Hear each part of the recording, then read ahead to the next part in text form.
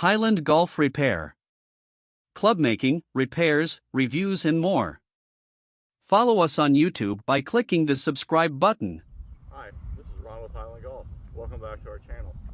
Today we're going to be talking about golf ball selection for a putting green. A lot of golfers go out and select a golf ball by things that they see on television, on the PGA Tour, in the championships that are broadcast, and decide that that might be best for their game. Well, they do take them out and they hit them on the course with, the long hook clubs, the drivers, the woods, the irons. What they don't really take into account is how that ball actually performs and acts on the green. And in today's video, we're going to show some demonstrations of how we go about selecting a golf ball for our needs based on what we see. So 4 golf balls that we will be using today are 4 that I just selected at random. They are high-end golf balls, with the exception of one of them. So they are the Bridgestone, the Tour BRX, the Srixon Z-Star. This is a Callaway Chrome Soft, and a TaylorMade TP5. The idea is to show exactly how we go about selecting a golf ball that may be better suited for our needs.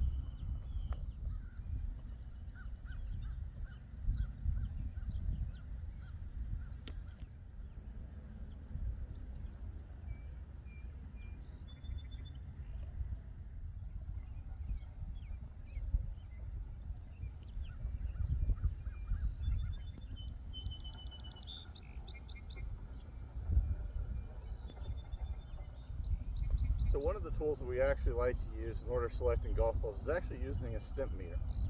Before we even take out a putter and try to put balls in the green, we want to give ourselves a relative idea exactly how far each one of these golf balls rolls from the static to a dynamic position.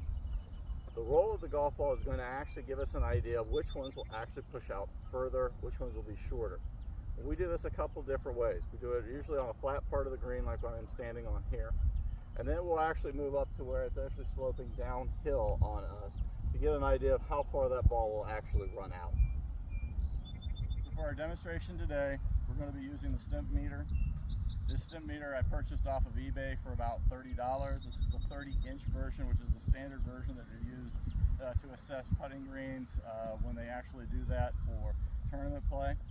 They make a version that is half the size of this, which is nice because it can be stuck into your golf bag, and it runs about the same price. So, for our demonstration, we will start out with the Tour BRX.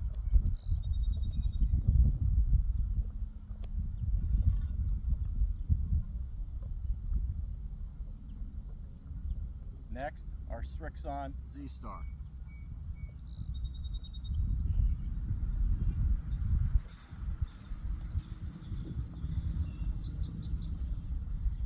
Next, our Callaway Chrome Soft.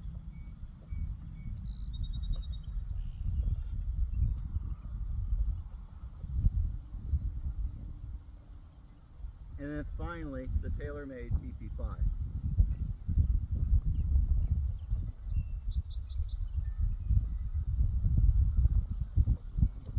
As you can see, 2 of the balls really rolled a little bit further than the other ones.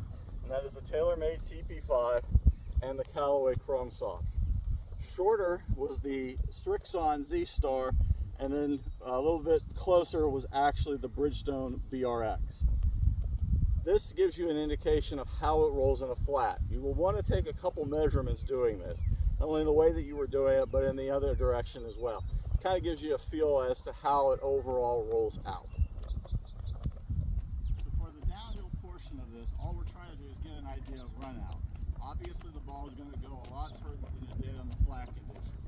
What this will tell you is exactly how much momentum that ball actually contains going down the hill.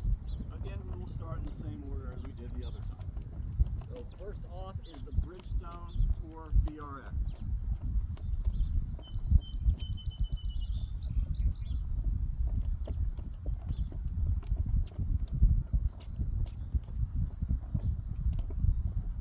The Srixon Z-Star.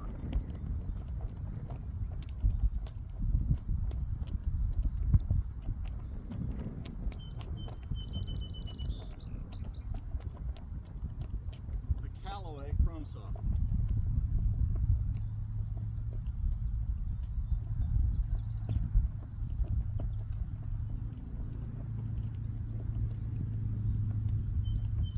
finally, the TaylorMade TP5.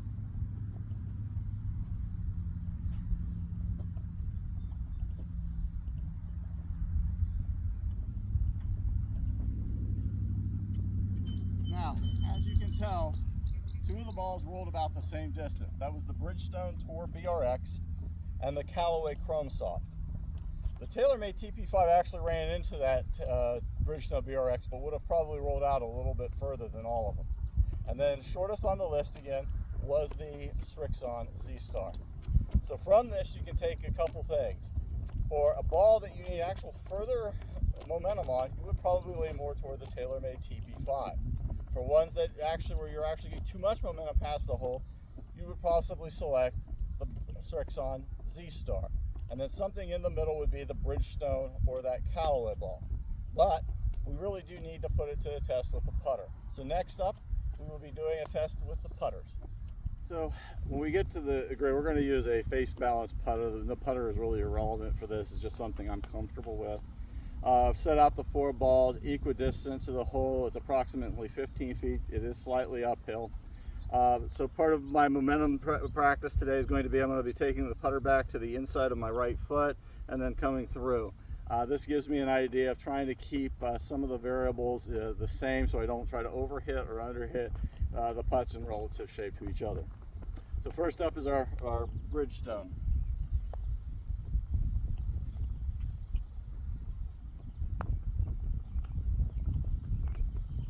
Next up, the Srixon.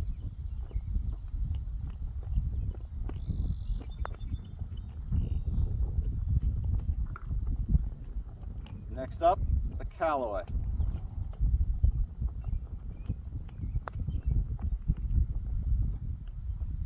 And then finally, the TP5.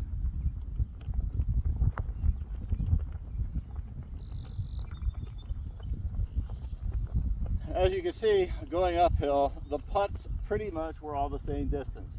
The 2 balls that didn't go in the hole were only short by about 4 inches, but this is something that you need to consider. Next, we're going to be doing a putt downhill to see how these actually behave. So for this demonstration of putting downhill, we're going to use the same technique that we did up the hill. It will set the putter as I normally do. I'm only going to take it back so that the face is somewhat even to the front part of the inside of my right foot, and then come through.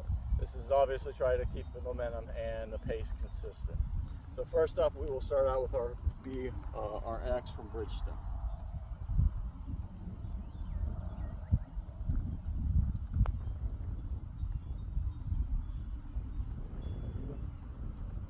Next up, the Srixon Z-Star.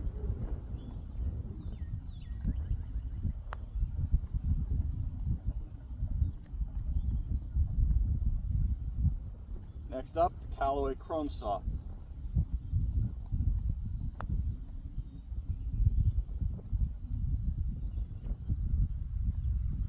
And then finally, the TaylorMade TP5.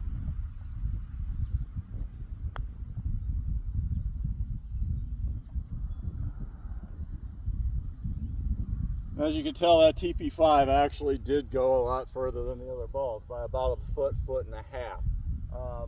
The Chrome Soft seemed to be the shortest of the putts that we hit. So what we get out of this is a ball that could be actually more purposeful for our needs. If you are having trouble with a ball going short, you may want to have a ball that has a little bit more momentum to it. If you have a ball that's going too long, you probably want something either maybe a little softer or doesn't have actually that type of momentum. You can check for compression of golf balls on a place like My Golf Spy and the Golf Lab, where they do a number of different tests. They don't really do much on the putting greens with it, but they do for standard compression, hit, spin, concentricity, weight, balance, etc. So if you're looking for a new ball, or you're trying to figure out a ball that is best suited for your needs, take the time, get out on the putting green and do some of the exercises that I've shown you today, and it may end up helping your putting green. And as always, this is Ron from Highland Golf, and we hope to see you next time.